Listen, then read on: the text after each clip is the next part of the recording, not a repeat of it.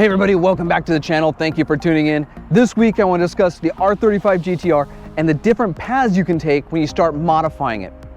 The reason why I'm making this video is I received a message via Facebook from one of my viewers, and he's considering picking up an R35 GTR, and he wanted to know what options does he have and what different paths can he take when he actually picks up the car and starts modifying it.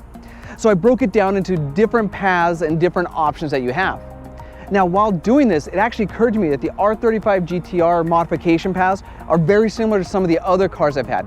So in this video, I'm also going to discuss the Supra, the RX-7, possibly the GSX, and maybe the S2000. So stick around, let's talk about some different options you have when you pick up a car and you start modifying it. The first path I want to talk about is actually not a very exciting one because it is the stock path. And in that, you're going to leave your car completely 100% stock. Now, you're probably watching this video thinking, why would I want to do that? I picked up a car like this to modify it. And there's going to be a couple different reasons for that.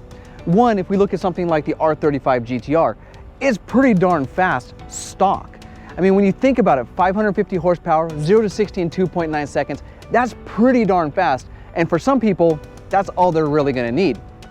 Now, let's be honest, if you're anything like me, yeah, it's great to start off with, but it's not going to sustain you. Sooner or later, you're going to want more power. There's another reason why some people remain stock, and that's going to be for some different cars. Now, when you take a look at cars like the Supra or the RX-7, those cars are getting to be about 25, 30 years old, and they weren't exactly a huge run in production. So finding a dead stock one actually makes it more of a collector's item. And in that, you're completely justified running a completely stock car. Now think about a Supra. If you go to some car meets or some car shows, you're gonna see some Supras and some RX-7s. And what's one thing they have in common? They're all modified. Think about how rare it is to see a stock twin-turbo 6-speed Supra on the street, or even a still twin-turbo RX-7. It's not very common. So there's actually a new movement getting started when it comes to some of these older cars that people actually want them dead stock, and that is a legit path to take if you're considering going down that road with your car. Now that we're done talking about keeping the car stock, let's start talking about why you're really here, and that is modifying the car. Now, no matter what platform you have, every platform seems to have this kind of first stage of modifications that everyone does before they end up taking their ultimate path, whether they're building a street car, a show car, or a dedicated track car. For me, I don't like calling it a stage one modifications because to me that feels a little bit too much like a video game. Fortunately, a lot of these platforms have come up with their own terms, and each of these platforms typically have their own kind of unique way of defining their first level modification, but they also contain some of the same parts as well. For example, on the R35 GTR, they use FBO or full bolt-on. And what that consists of is 3-inch intakes, full exhaust with no cats, fuel pumps, injectors, possibly E85, and you either get an EQ Tech or a Cobb access port to reflash your ECU to tune your fuel curves. And all of that typically gets you around 100 horsepower and is really considered the first stage of modifying the R35 GTR. And a lot of people tend to stop there because that's more than enough power for them. Now, when you compare that to something like the Supra, that one uses a BPU or basic performance upgrades. And it's the same basic idea as the FBO. On the Supra, the BPU typically consists of intake, fuel pumps, exhaust, and some sort of boost controller. Notice how there's not a fuel computer involved in the first stage of modifications of a Supra. That's where it's just a little bit different between the platforms. However, with the Supra, simply by raising your boost, freeing up your intake and your exhaust, there again, you can get 100 or more horsepower from that simple upgrade alone, and a lot of people will stop just there.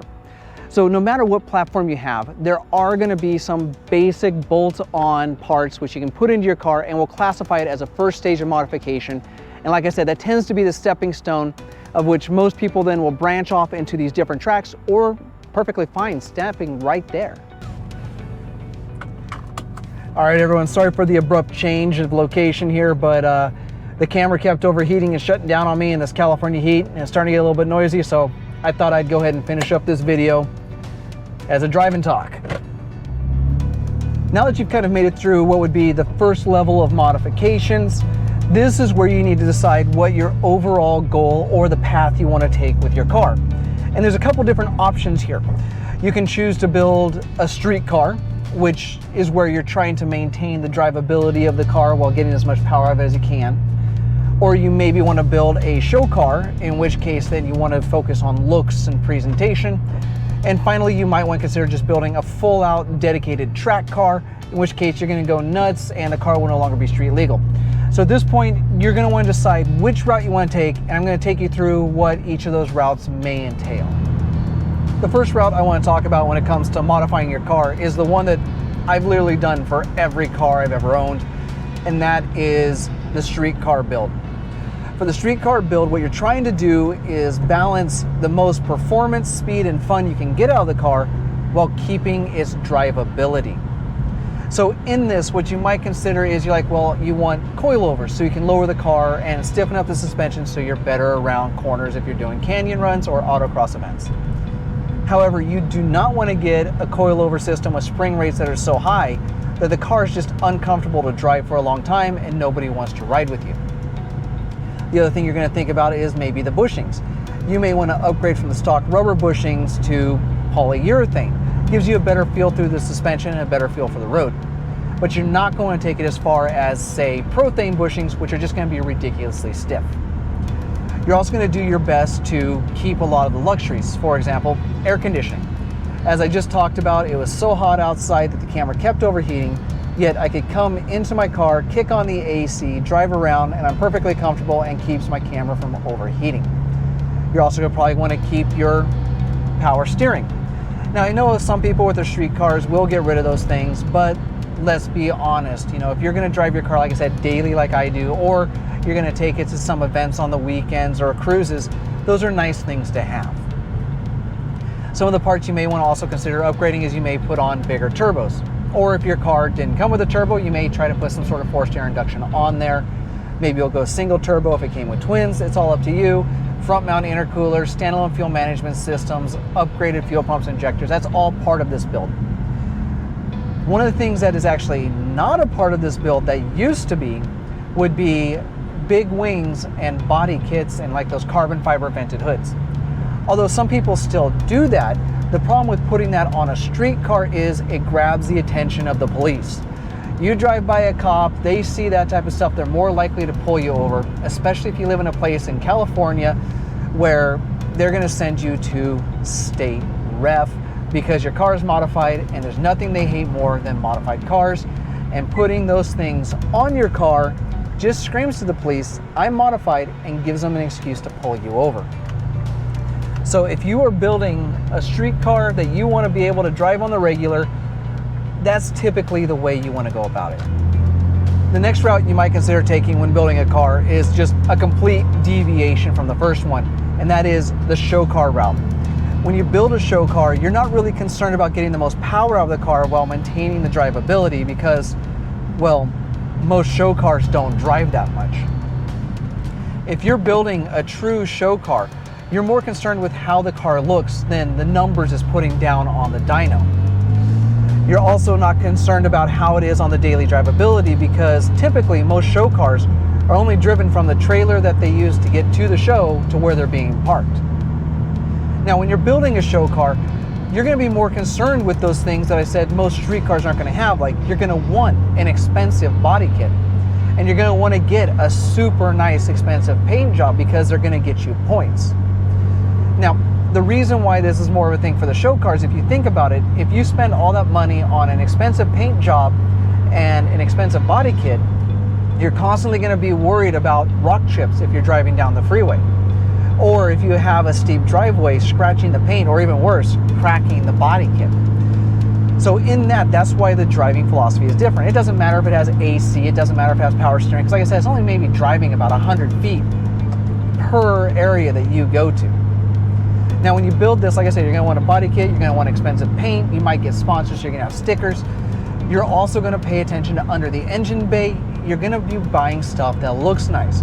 Whereas I may go down to Home Depot to get whatever nuts and bolts I may need for my car. If you're building a show car, you may want to get those expensive titanium bolts because they look pretty when you pop the hood. You're going to make sure everything is perfectly clean, there's not a speck of dust on the car, and everything's nice and shiny and new. So if you're looking at building a show car, those are the things you're going to want to focus on. The last route you may consider taking when it comes to building your car is the one where just all bets are off. All rules go out the window and you're building yourself a dedicated track car. And the philosophy when it comes to the track car is if it doesn't shave time off of your lap, it's got to go or be replaced. This is the car where you're going to remove your entire dash. You're definitely not going to have AC or power steering. You probably won't even have a second chair because it's weight. You're going to take out the spare tire, all the carpeting, everything. And that's because it slows you down. This is also the build where you're probably going to pull your engine. You're going to pretty much make sure all of your pistons have the exact same weight to the gram. You're going to get upgraded rods, a stronger crank. You're going to completely redo your entire valve train. You're going to try and find the biggest turbo that gets you the most power with the least amount of turbo lag. If you're forced air induction, if you're naturally aspirated, there's other techniques. You're going to buy the most stiff suspension you can get that still maintains the geometry of your suspension. And you're definitely going to get the tires that are the most stickiest, but those tires don't last long, which is why you won't want to put them on a street car because you'd constantly be replacing them. This is the car where it will not be allowed on the city streets. So you will definitely have to have a second car. But if you're looking for the car that is just the ultimate, absolute best car you can build, you're going to want a dedicated track car. And there they are. Those are really the big 3 ways you can go when you're modifying a car.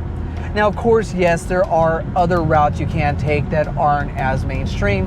Like you may decide you want to make a Bokazuka car, or you may do a resto mod. And to me, that's really kind of the cool thing about car culture. Whatever you want to do to your car, there's usually a way to do it, and there's at least some sort of support for you in a community. I pretty much just put forth the big main 3 that most people do. I hope you enjoyed this video. If you did, go and hit that thumbs up button to let me know. It does help the channel out a lot. If you want to see more automotive, particularly GTR content in the future, go and subscribe to my channel. You can now follow me on all forms of social media, which include Instagram, Twitter, Facebook, and TikTok, and I'll leave links to those in the description down below. If you'd like to support the channel, I do have the JD Archer shop. If you go to jdarcher.bigcartel.com, you can see a limited selection of hats, hoodies, and t-shirts I've designed, and I do promise there are more designs on the way. If you have any questions about this video or any comments, go ahead and post in the comment section down below. I will respond to you. I thank you all for watching, and until next time, forget everything else, focus on the finish line.